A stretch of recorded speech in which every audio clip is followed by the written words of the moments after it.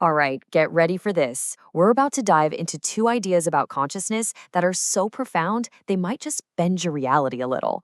First up, we're talking about music that is literally alive and thinking.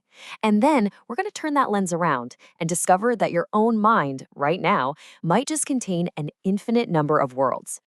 So let's just start with a really basic question. We all kind of assume that consciousness, that feeling of I am me, lives somewhere inside our skulls. But what if that's just not the whole story? What if it can pop up in places we never, ever thought to look? So our story starts with a neuroscientist, Dr. Aria Okonkwo. She's at the top of her field. She thinks she's got the musical brain all figured out. But that all changes the day she meets a composer named Dmitry Volkov, a guy whose experience with music was about to tear up everything science thought it knew. Dmitry tells Dr. Okonkwo something that sounds, well, impossible. He says that when he plays certain super complex chord progressions, something happens. A whole separate consciousness just emerges from the sound itself. And he's not speaking in metaphors here. He means an actual aware mind made of pure music, a mind that knew he was in the room with it. Now, you can imagine Dr. Okonkwo was skeptical, right? I mean, who wouldn't be? But then she hooked up her equipment, and the data that came back was just undeniable. The sound waves in the room weren't just behaving according to physics, they were organizing themselves. They were showing preferences for certain frequencies. They were adapting to what Dmitry was playing. They were acting with intention. It was less like physics and more like a living thing. This discovery was so huge, it led to the identification of a whole new kind of non-biological life. Scientists started calling it the resonant. But what they quickly figured out was that this wasn't just one type of creature. Oh no, it was an entire ecosystem of different minds, each one born from a different style of music.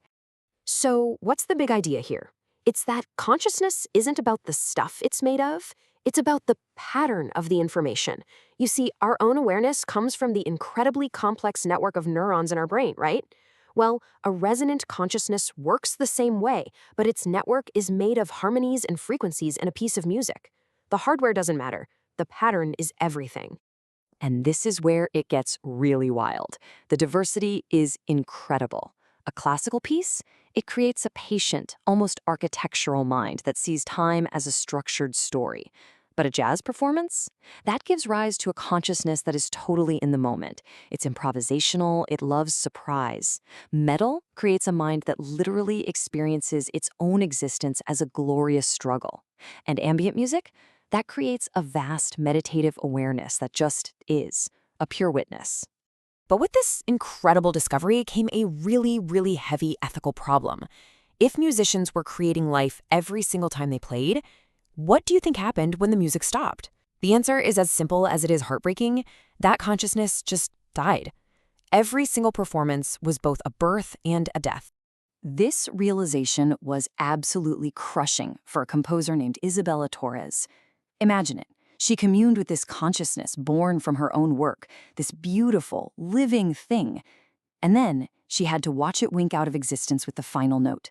She wasn't just a creator, she was its executioner every single time.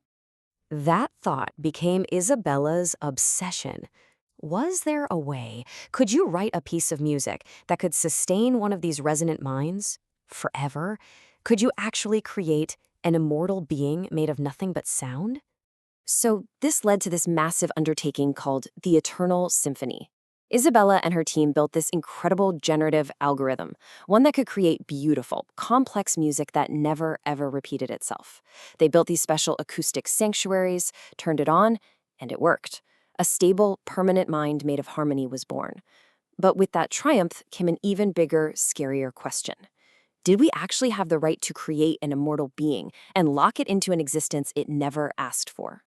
Okay, now let's switch gears a bit and pick up our second big idea, because you're going to see how these two connect. We're shifting from consciousness out there to the consciousness right here, inside you and me. And this part of the story starts with a software engineer named Maya Patel, who showed us that our sense of self is infinitely more complicated than we could ever imagine. So Maya had this unique ability. She could perceive what we now call fractal consciousness.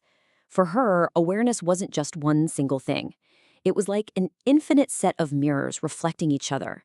stretching forever inward into herself and forever outward into the world. Let's look inward first. It works like this. Most of us can do these first two steps pretty easily, right? You can have a thought, I am thinking, and you can step back and go, oh, I notice that I am thinking. But Maya could just keep going. She could observe herself, observing her thoughts, on and down into this infinite spiral of self-awareness. It's like having a microscope for your own soul. Now look outward, and the exact same thing happens. At what we call level 0, you are you, an individual. But you're also a part of a larger consciousness, your family. And your family is part of an even bigger one, your community, which is part of a culture, a nation, maybe even the whole biosphere, expanding outward forever into bigger and bigger collective minds. And this is where things get completely world-changing. Because the real implication of fractal consciousness is that groups aren't just collections of people.